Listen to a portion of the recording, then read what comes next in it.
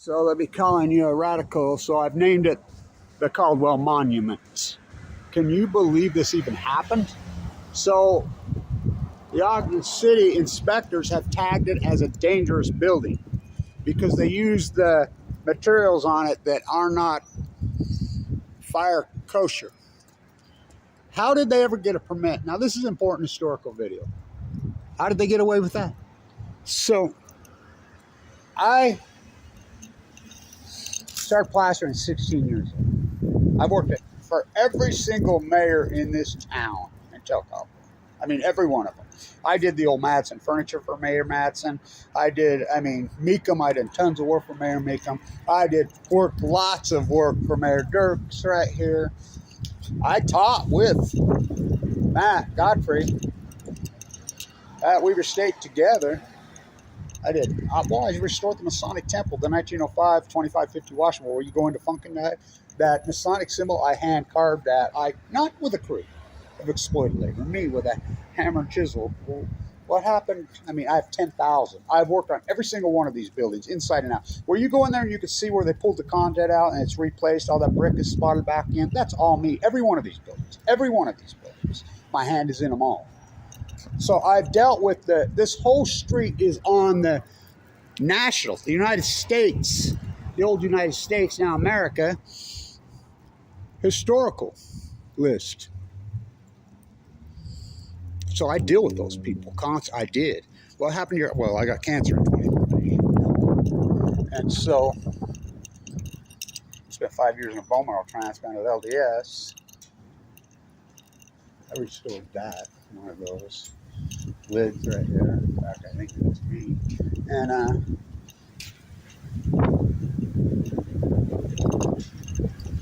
let's get out of the wind. How do they pull this off? My favorite is right here. I was doing all this restoration in this building in 2000. See that fresco? You can see where they've graffitied in the yellow up there on the corner? That's graffiti. But they got preemptive video to prevent criminals inside the bars, but they can't catch them. So there's a giant mural there, a fresco, on the side of that wall. It's a woman, Victorian, in a feather hat, this scarf, which probably dates to the 1880s or 1890s. It's magnificent. I'm like, you can't cover that up. You can't cover that up. Oh, they covered it up. I mean, why? Why would you not just leave that back a few feet? Because this was all built in 2002. Oh, God, don't even get me going. So, what does that mean that they've tagged it as a dangerous building? I don't know. I don't think anybody else knows either. So, how can they let this, number one, a big 3-story monstrosity on the one of the most, could be the most historic street in the entire Western United States. It's that historic. 60,000 people coming down. By the way, every single one of these buildings were brothels. This town was 100% run by madams and prostitution for well over 100 years. Well over 100 years. See, they left this back. They didn't that. And so, there's one of them that they got away with it. That's EFS. That's fake synthetic plaster. So it's that little strip right there. It's against, here's the code right here. This is the National Historic and the state and the city. They all have the same code. I dealt with them constantly. I did, all restoration. Every one of these buildings. That cool as hell old plaster down on the corner around the back that we left it like it was falling off right there. You can see one of the really corners up there at the top of that building down there. Before they built that Altis building, remember that great, beautiful plaster? I did that when I was 18 years old for George Pappas. And so Al Capone used to stand right there. 60,000 people a day. Tom Dempsey lived on the top of that one right there. Now it's being reported that, because nobody knew for all those years where Jesse James lived for all those years. Right there. So all these historical figures, this historical town, this historical incredible street, and you let these guys pull this shit? 3-story, big, ugly, sticks out like a fucking sore thumb, and it's been sitting like this. Dangerous. Well, the non-dangerous buildings, the beautiful, the incredible, the Leslie Hodgson. Leslie Hodgson's, his masterpieces are. What they did at the Ben Lomond is disgusting. I could walk up and down the street and show you 4 or 5. The Star Noodle, that's fake on there.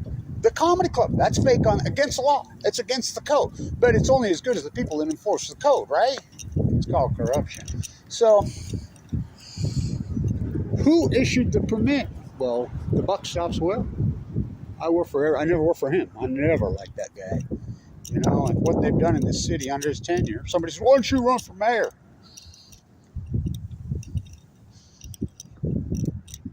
Well, number one, I live in West Weaver right now. Of course, I'm probably going to move right there. Looks like that's where I'm going to end up living.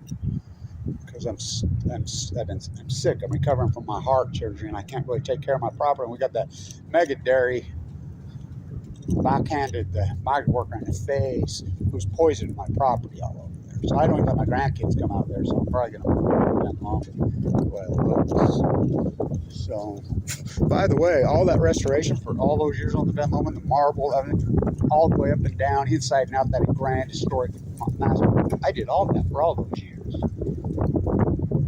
So, how the fuck do they let this happen? Well, welcome to America. The disrespect for architecture, the disrespect for history. Well, fuck, they don't even know it. They could care less about it. Laws? What the fuck do laws mean around here? You know, get caught stealing a pack of cigarettes around here, they'll fucking throw you under the jail. Here, white-collar crime is not only legal, it's encouraged. It's disgusting. Look at this Ballard cat all over. Look at all these people in Utah, what they pull off. Who's this? Mostly here is Radio Gaga. So, I don't know what they're going to do with it. But we know what they're doing with everything that's nice. So they're taking an old building, an old structure, and all of Washington Boulevard's vacant. All of it. The whole place is vacant. Remember when those guys, the coffee shop, I'm walking down here in 100-degree weather, full of cancer, sick, and I sit there and I asked for a cup of water, and they called the cops on me. Remember those videos were up there? I don't know how they got them taken down. Remember that? They called the cops on me in 102-degree weather for asking for a drink of water. Are you shitting me? Yeah. This place is so fucking whacked. It used to be the coolest place in the world. So, I wanted to get it up before they start doing something with it. Now, why it's been tagged dangerous? They say the inspectors tagged it and said that some of the lumber structure is not to code for fire. What are they going to do with it? I'll keep you posted. But how do they get? Well, these developers, when the real estate market was doing that, and by the way, they don't use any of their own money. It's all borrowed money. So I'm a big real estate developer. I'm a big builder. Blah blah blah. And this. Well, my favorite is the old Deseret Gym up there, which is the old Weber State Gym. That thing's the Leslie Hodgson's grandest, I think, besides Ogden High School. You know, the Masonic Temple. I got to tell this story. The Masonic Temple, there when I chiseled that, I'm the guy that talked Bernie and Randy and Matt Godfrey into doing it. I'm like, you can't, it can't be saved, can't be saved. People have tried it. I can do it, I can do it. Everybody's like, it's got pits this deep in there. I can do it. Everybody thinks I cut out stoner, but I use my secret sauce. I mean, I'm that skilled and that gifted at it. It's like people call me all the time, you need to come do my lath and plaster. Nobody knows how to do lath and plaster. I'm done. I got cancer. You know, I've had open heart surgery twice, including this year. You know, I lost my gallbladder, lost my teeth. Mike Lee kicked me up Medicaid. It's been an ugly battle. But I've worked every one of these buildings in my hand. You know, the repointed brick and the reclaimed materials all used because I know where to go get them and find them because I know where they're at. They were. So I go on across the street, which is the historical society right across the street. This is 2009. What permit do I got to have to do that? They're looking right at it. What are you talking about? You mean to tell me that's not on the list? On the state? That's Leslie Hodgson's first. He was only 21 years old when he did that. How do you know that? How do I know that? How do you not know that? It's like I was up on the Weber State Pond. He says, these engineers didn't know it was a wetland. I'm like, oh, fuck. People have no clue about historical. They don't care. You know, generational arrogance on Balco. They're going to see American manufactured. Which one? There's about 45 brands. And so, by the way, that used to be called the Blood Hotel, Murder for Hire. And if you don't believe me, watch the Junction documentary. It's really well done. Talks about it right there. This place, oh, I used to call it in Art Deco decay. Now I call it lipstick on a corpse. So, Caldwell's Monument. So I walk in to get the permit, and they're like, you don't need no permit. Well, what are you talking about? I'm like, it's not on historical list? What is it? Up is down, black is white. I'm a butcher, what's a cow? I'm a baker, what's a cake? Like I was in the sports bar in South Ogden, Utah the other day. It's Weber State Sports Club bar where everybody hangs out and goes in. And it's like, touchdown Rashid Shaheed. I'm talking to the owner who claims he's a sports expert. Who's that? I look around and says, I'm a butcher, what's a cow? Walked off. It's like Baggett on the Raptors. He didn't know Reese Alexiano broke the all-time record for the most home runs in the history of Ogden, and baseball goes back to 1890. He didn't even know why the Lobsters were the Lobsters. He didn't know any of this history, but he's been here running this show for 30 years. I'm like, come on, Baggett, you got to do a ceremony for Reese. You know, so I talked him into it, and he did do it. But come on, man. I mean, if you're going to be in an industry, or I mean, especially if I was a restoration guy, of course I know the history. I mean, the history here, Leslie Hodson, I mean, the history here is the best. It's so fascinating, it's so beautiful, it's more than 20. It's more than tunnels. I've been all under, oh God, the whole underground tunnel shit is way overrated. I've been down in all of them. It's way overrated. The above ground, that's where the action is at. This is all brothels, up and down Ball Street, and most of Washington Boulevard here. 60,000 people a day come through here. So how does this fucking happen? Well, it's just a metaphor. It's a metaphor for fucking, well, I named it a while back. Caldwell's Monument. And I've worked for I never worked for him. Well, I was for cancer the whole time then, but I worked for every one of them, and they spit at me. They don't like me. Well, the people that are on it's like the dumb key up there. None of those people lived here for generations. None of them. I mean, they're alive. I mean, Dr. Dumkey and the Wattises, you got to go back 100. They bolted out of here and went to San Francisco. It's like the Eccles. Mariner. You know, the Browning gun invented right there. David Eccles, School of Business, University of Utah. The Spencer Eccles Locker Room, University of Utah. Up to the Eccles in Park City. They're here. They made all their money right there. The 24th in Washington, the First Security Holding Bank, that's the most famous, one of the most famous buildings in the world. You've seen it? He's fucking gutted it. But the Eccles, they made all their money here, born here, raised here, most of them. Mariner was born actually in Logan, but David Eccles here, all of the Eccles, the whole banking empire, all that money that Mariner left for suicide and mental health prevention because of his son and daughter both the way they Campbell Eccles, his son, used to run the Ben Lomond. That thing was so grand, it was incredible. I mean, incredible. The Bigelow. I love how they changed the name to the Bigelow. You know, Archie Bigelow was a big-time crook. Big time. He robbed everybody and then took off and bolted out of town. So it's perfect, right? You know, and then Mariner bought it, the Ben Lomond, you know, named it after his, you know, their roots in Scotland. Go Scots, go hikers, you know. But his heirs, which aren't even his children, his nephews and nieces, his great-nephews and nieces, they take the money and run to the University of Utah, run to Park City, bring it home. Fucking sad, right?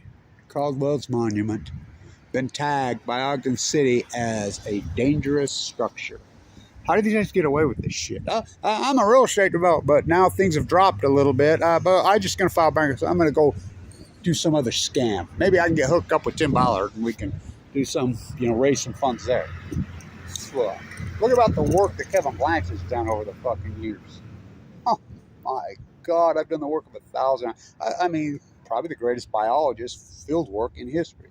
What's Fukushima? I'm a butcher. What's cow? I'm baker. What's cake? It's like up here we have a monument for Lauren Farr the first. He met with Chief Cherokee that day. Cherokee got an arrow through the heart. I could write a whole book about that. In the center of the monuments, they come in and put the fireman monument. And I'm all for that fireman, but it's in the wrong place. It just dwarfs everything else. And so. And by the way, when are we going to give up the heroism? Oh my God, since went off to Afghanistan to kill the Taliban, went off to Iraq to get a big old stuff, went on to Vietnam to kill the Viet Cong. Boogeyman, huh? Nicest thing. I got a really great story right there at the Windsor of my great uncle, my mom. But the Standard, when he died in there, he lived secretly for years under a different name, the whole thing, my grandfather's brother. And the Standard went in there and he says, this obvious guy had wealth at some point. Look at these photographs, look at these things from the 1910s, whatever. My mom recognized who it was. She quietly went up to the Standard and says, that's who it is, blah, blah, blah, blah, blah, and gathered up all the stuff. And she wouldn't let him do an interview with him. I'm like, why did you not let him do an interview with him? No, I don't. Well, they grew up in the lap of luxury, but the father and mother, she died in childbirth, and the father was electrocuted. Anyway, it's a long story. They went from wealth to poverty like that. That's the story of Ogden. There was so much wealth made and lost in this town. I mean, I go back to the old Exchange building. It's still sitting there ready to fall down. Leslie Hodgson masterpiece. I used to go in there, and that's where I learned to trade cattle futures when I was a kid. Oh, and how about the old Elks building? Fuck, I used to play poker in the bottom of that when I was a kid. The girl that I was hanging with, oh my God, she was the cocktail girl in there. Oh, what a gig her and I had. Woo, woo. So, that big yellow masterpiece, beautiful, incredible. They tore it down and built that piece of shit they got there now. That's what they do. I mean, no sense of history. They don't give a shit. I could write a whole book just on the architecture here alone. Well, I'm not looking from the outside in. I'm looking from the inside out. I actually started restoration my grandfather, that he used to call himself the Great Mormon Socialist, required me to learn the trade. So those white sand pits and bricks, I mean, I started at a young age. And if you don't think I can plaster, I got to tell this story. So I'm in Europe. I should be there right now, but my doctor won't let me because of my heart. I'm recovering from surgery. And every morning I'm having coffee with construction workers, and I tell them, I'm a good plasterer. I'm plasterer. There ain't no Americano plasterer. I says, I'm not an Americano. I grew up in the United States. Americo Vespucci grew up in Florence, Italy. And they kept on him and on him and on him. And finally, one morning, I walked by the job site, and he says, Americano boy, come here. Let's see what you got. And he handed me a blade about that long. I know what he's up to. Those big, very few people can use a trowel that big. I love those big blades. And the Hawk had the mud board all set up right there, and he says, okay, let's see what you got. Without even stretching or arm up, I start going across that fucking building. I says, can you get me some more mud here? And he's like, oh. And they're all watching, going, oh. One guy got his camera out, and he's like, oh. And the old timer, the boss, says, I never seen nothing like that. Who the fuck you think taught me? Fuck, I grew up in Ogden, Utah. It was all first and second generation artisans. This was the artisan fucking place. People used to come from all over the world here just to get their boots made, their tailored suit, their fine dresses, their lingerie, their photograph taken. This was the great, great artisan city. I mean, this city was so artisan. I worked for White's Community Bank. The food, the bakeries, just pure artisan. And then they come in 78, tore down where they isn't built Children Behave. That's where the old dog mall is now. But he's like, you want a job? I says, I wish you guys won't keep me here. I says, who do you think taught me?